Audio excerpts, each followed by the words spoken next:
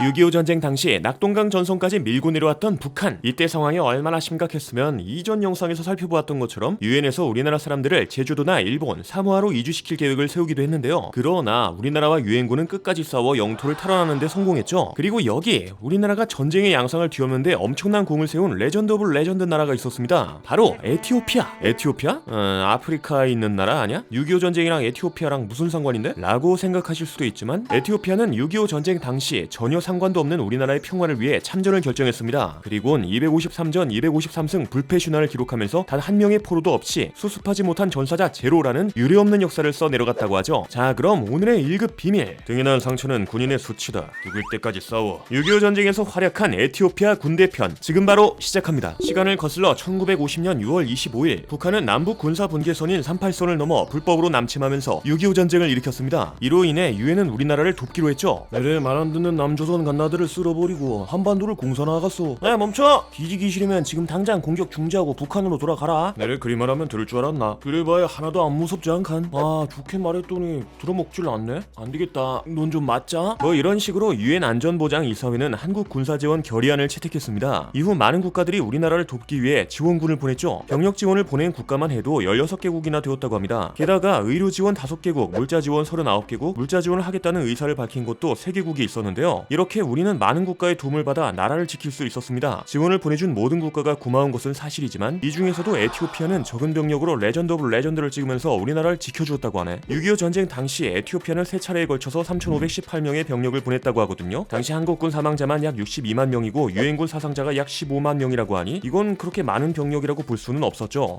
그러나 에티오피아는 적은 수의 병력으로 6.25 전쟁에서 믿기 어려울 정도로 엄청난 기록을 세웠습니다. 전투 기록 253전 253승, 전사자 122명에 부상자 536명, 심지어 포로로 잡힌 사람은 0명. 아니, 병력은 적어도 전투만 했다 하면 적군을 싹 다 쓸어버렸단 거지. 그렇다면 도대체 어떻게 에티오피아군이 이런 전설적인 기록을 남길 수 있었느냐? 그 이유는 에티오피아의 뼈아픈 과거에 있다고 합니다. 먼저 에티오피아는 과거에 이탈리아로부터 2차례의 공격을 받았는데요. 워낙에 못 싸우기로 유명한 이탈리아다 보니 1895년에 시작된 제1차 이탈리아 에티오피아 전쟁에서는 에티오피아에게 처참하게 패배했죠. 하지만 이탈리아는 포기하지 않고 1935년 제2차 이탈리아 에티오피아 전쟁을 일으켰습니다. 이탈리아는 독가스까지 써가면서 에티오피아를 몰아세웠죠. 에티오피아는 국제사회에 제발 도와달라고 외쳤지만 아무도 도와주지 않았고 결국 에티오피아는 이탈리아에게 나라를 빼앗겨야 했습니다. 이후 1941년 에티오피아 망명군과 영국군이 힘을 합쳐서 겨우 에티오피아를 되찾을 수 있었죠. 당시 에티오피아의 황제였던 하일레 셀라시에와 에티오피아군은 도움받지 못하는 서러움을 뼈저리게 느끼는데, 아니 이게 무슨 일이야? 한국이 북한의 공격으로 나라를 빼앗기게 생겼다고 하네. 이에 동질감을 느낀 셀라시에 황제는 황실 근위대를 중심으로 강류 부대를 만들어 우리나라에 파병했죠. 여기서 말씀드린 강류는 에티오피아어로 혼돈에서 질서를 확립하다 또는 초전박살이란 뜻이라고 합니다. 그러니까 우리나라에 와서 적군들 다 때려부수고 질서를 되찾아주고 오라는 거지. 셀라시에 황제는 이길 때까지 싸우거나 죽을 때까지 싸우라는 당부를 했죠. 와, 자기도 나라를 되찾은 지 얼마 안 돼서 힘든 상황일 텐데 그런 결정을 한다고? 진짜 너무 멋있는데? 라고 생각하고 계신 분이 많으실 텐데요. 강류 부대는 셀라시에 황제의 말을 가슴에 새기고 에티오피아가 겪은 슬픔이 반복되지 않게 하겠다라는 마음가짐으로 적군을 쓸어버렸습니다. 1951년 5월 6일 강류 부대가 부산항에 도착했는데요. 8주 동안의 적응 훈련을 마친 강류 부대는 미군 7사단 32연대에 배속되었고 중동부 전선인 접근산에서 활약하기 시작하죠. 1951년 8월 12일 강류 부대는 정찰을 하는 도중 접근산 전방 봉당 덕리 부근에서 10여 분 동안 적과 싸우면서 첫 교전을 했습니다. 그리고 3일 후인 1951년 8월 15일 강류 부대는 579 고지에서 적과 4시간 동안 격전을 벌였는데 여기서 30여 명을 사살하는 전과를 올렸죠. 이 전투로 강류 부대는 이름을 알기 시작했고 약 한 달이 지난 1951년 9월 21일에 또다시 엄청난 활약을 하는데요. 강류 부대는 상부의 명령에 따라 중공군이 점령하고 있는 700고지와 602고지를 공격하게 되었습니다. 700고지와 602고지는 사방이 높고 경사가 심해서 공격이 어려운 곳이라고 하거든요. 그러나 강류 부대는 누구보다 앞장서서 맞서 싸웠고 그 전투력은 어마무시했죠. 중공군들은 제대로 싸워보지도 못하고 쓸려 나갔습니다. 강류 부대 활약으로 700고지를 점령하는 데 걸린 시간은 겨우 1시간 30분. 진짜로 순식간에 전투를 끝내버린 거지. 하지만 중공군도 이내 정신을 차리고 맞서 싸우는데요. 그러다 보니 602고지에서는 3시간 30분 동안 전투를 했지만 탈환에 실패했다고 하죠. 그런데 강류 부대는 여기서 포기하지 않았습니다. 하루가 지난 9월 22일 602고지 공격을 재개해서 고지를 확보하고 602고지에 있는 적의 방어시설을 싹 다 박살을 내버리네. 진짜로 황제의 명에 따라서 이길 때까지 싸웠다는 소리야. 아니, 인원도 얼마 되지 않는 강류 부대가 이런 어마어마한 성과를 낸다? 당연히 이건 모두가 깜짝 놀랄만한 일이었습니다. 이로 인해 강류 부대는 미국 대통령 부대 표창을 받고 많은 병사들이 미국 은성무공 훈장을 받았죠. 이렇게 강류 부대는 압도적인 전투력을 자랑하면서 무쌍을 찍었는데 그래도 전쟁에서는 한순간에 사고로 인해 목숨을 잃는 사람이 발생하기 마련이잖아요. 치열하게 싸우다 보면 동료의 시신을 수습하고 싶어도 어쩔 수 없이 하지 못하는 경우가 발생하지만 강류부대는 전투 도중에 전사자가 발생하면 목숨 걸고 동료의 시신을 수습했다고 합니다. 1952년 7월 24일 낙타고지에서는 치열한 전투가 벌어지고 있었는데요. 밤 10시에 갑자기 강류부대가 머무는 곳에 폭탄이 터졌죠. 갑작스러운 공격에 강류부대는 흩어져서 적과 전투를 시작했지만 몇몇 강류부대원이 고립되고 말았죠. 강류부대원은 싸우다가 죽으라는 셀라시아 황제의 말처럼 죽을 때까지 끝까지 저항했습니다. 강류부대는 긴박한 와중에도 전우의 시신을 수습하기 위해 적과 교전을 계속했죠. 하지만 적의 포격이 계속되었고 결국 퇴각하게 되는데요. 그 상황이 당시 강류부대 2대대장이었던 아스포 안드레게 중령에게 전해집니다. 저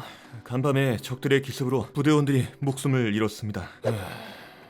그래, 전사자들의 시신은 제대로 수습해왔겠지. 그게 적이 포격을 계속하는 바람에 수습하지 못한 전우도 있다고 합니다. 뭐라고? 아군 전사자를 적들이 있는 곳에 남겨두고 왔다고? 본인에게 그것만큼 불명예스러운 일은 없어. 당장 가서 수습해와. 네, 바로 출동하겠습니다. 안드레게 중령은 이런 식으로 절대 전우의 시신을 버려두는 것을 용납하지 못했죠. 그렇게 강류부대원의 시신을 구출하기 위한 작전이 시작됩니다. 작전에 투입된 병력은 미군 전차 4대와 강류부대 수색대 25명. 아무리 든든한 미군 전차가 지원을 해준다고 해도 25명의 인원으로 비처럼 쏟아지는 적들의 포격을 뚫고 시신을 구출하는 것은 쉽지 않았죠. 그러나 강류부대는 포기하지 않았고 전우의 시신 4구를 성공적으로 수습해서 복귀합니다. 이런 식으로 강류부대는 전투력뿐만 아니라 전우에도 탑클래스를 찍어버렸는데요. 이로 인해 강류부대는 6.25 전쟁이 끝날 때 단 한 명의 포로도 없었고 심지어 모든 전사자의 시신을 수습해 에티오피아로 돌아갔습니다. 이건 강류부대원들이 서로 믿고 싸울 수 있게 만들었고 강류부대 전투력을 더욱 끌어올려 주었죠. 그러다 보니 강류부대는 이후 이어진 전투에서도 연전연승을 이어나갔습니다. 1952년 10월에는 철의 삼각지대에서 중공군에 맞서 싸우기도 했는데 여기서 말씀드린 철의 삼각지대란 평강, 철원, 김화를 잇는 삼각지대를 말하죠. 철의 삼각지대는 방어하기에 최적의 조건을 지니고 있어서 중부전선 장악을 위한 중요한 요충지라고 합니다. 그래서 철의 삼각지대는 전투가 끊이지 않았거든요. 중공군은 압도적인 인구수를 활용한 인해 전술을 펼치면서 철의 삼각지대를 지키는 강류부대를 공격했습니다. 하지만 한개 중대를 보내 4시간의 백병전 끝에 수백 명의 적을 물리치는 등 철의 삼각지대를 성공적으로 방어해냈죠. 이렇게 전투만 나갔다 하면 이기고 돌아오는 강류부대는 싸움만 잘하는 것이 아니었는데요. 1953년 5월 강류부대는 경기도 연천 북쪽의 요크고지에서 적과 싸웠습니다. 강류부대는 단순히 전투만 하는 것이 아니라 매복을 하기로 하죠. 이로 인해 강류부대 매복조가 요크고지 정상에서 700m 떨어진 장소에 숨어 있었는데 아무것도 모르는 적이 다가왔고 기습을 통해 적들을 사살했다고 합니다. 게다가 매복 작전은 한 번으로 끝나지 않았다고 하네. 강류부대는 요크고지 북쪽에 매복해서 아군의 포격 지원과 함께 적에게 어마무시한 피해를 주기도 했습니다. 당하는 적군 입장에서는 언제 어디서 총알이 날아올지 모르는 지옥이 따로 없는 거지. 이렇게 강류부대는 성공적으로 요크고지를 지켜냈고 1953년 7월 27일에 정전협정이 맺어지면서 휴전 상태에 들어가게 됩니다. 그런데 에티오피아는 정전협정이 체결된 이후에도 우리나라에 계속해서 지원을 보냈죠. 왜냐? 전쟁으로 파괴된 우리나라를 복구하는 것을 도와주기 위해서였습니다. 심지어 강류부대 대원들은 전쟁 고아들을 돌보기도 했는데요. 1953년 4월에 한창 전투로 바쁜 와중에도 강류부대원들은 월급을 쪼개서 경기도 동두천에 보하원이라는 전쟁 고아를 돌보는 기관을 세웠죠. 이때 60명에서 70명 정도의 아이들이 보하원에서 강류부대의 도움을 받았다고 합니다. 이런 식으로 에티오피아는 1956년에 완전히 철수할 때까지 우리나라를 도와주었는데 전쟁 이후에 파견온 사람을 포함해서 에티오피아에서 보낸 사람만 총 6,037명. 그동안 받은 표창만 해도 대한민국 대통령 부대 표창 2회, 미국 대통령 부대 표창 1회, 대한민국 무궁훈장 58회, 미국 훈장 20회 등등 에티오피아 사람들은 우리나라에 엄청난 도움을 주고 조국으로 돌아갔죠. 하지만 이후 에티오피아에서는 1974년에 쿠데타가 일어나 1991년까지 공산주의 정권이 장악하는 등 혼란스러운 상황이 계속되었고 아직도 어려운 생활을 하고 있습니다. 우리를 도와준 국가가 어려운 상황이라고? 당연히 우리나라가 보답을 하고 있겠지? 라고 생각하고 계신 분들이 많으실 텐데요. 네, 우리나라는 에티오피아에 대한 지원을 아끼지 않고 있다고 하죠. 2011년 7월에는 이명박 전 대통령이 에티오피아를 방문해서 우리나라를 도와준 참전용사를 만났습니다. 그런데 참전용사들이 사는 마을이 너무 열악해. 이명박 전 대통령은 마을회관 신축, 보건소 및 공동우물 울타리 보수, 의료봉사 같은 봉사활동을 진행하면서 지원이 필요한 부분을 직접 점검했다고 하죠. 강원도 화천군의 경우 에티오피아의 6.25 전쟁 참전용사 후손을 대상으로 꾸준히 장학사업을 실시하고 있습니다. 게다가 이런 지원은 정부뿐만이 아니라 기업 차원에서도 진행되었는데요. 2018년 11월 LG전자는 에티오피아의 수도 아디스아바바에 창업지원센터를 열었고 2019년 11월에는 롯데지주가 아디스아바바에 참전용사를 위한 복지회관을 건립했죠. 그리고 2020년대 들어서서 코로나19가 확산하기 시작하자 정부, 기업 할 것 없이 에티오피아에 마스크 같은 방역 물품과 지원금을 전달했습니다. 이 밖에도 우리나라는 현재까지 에티오피아에 대한 지원을 계속하고 있죠. 에티오피아가 그 어떤 보답도 바라지 않고 우리나라가 어려울 때 도와주었던 만큼 우리나라도 에티오피아에게 큰 도움이 되면 좋을 것 같네요. 자, 그럼 힘들 때 우리나라를 도와준 국가들에게 감사함을 느끼면서 오늘의 1급 비밀 마치도록 하겠습니다. 다음에 또 다른 이야기를 담은 서류 1급 비밀 파일을 들고 다시 찾아오도록 하겠습니다. 감사합니다.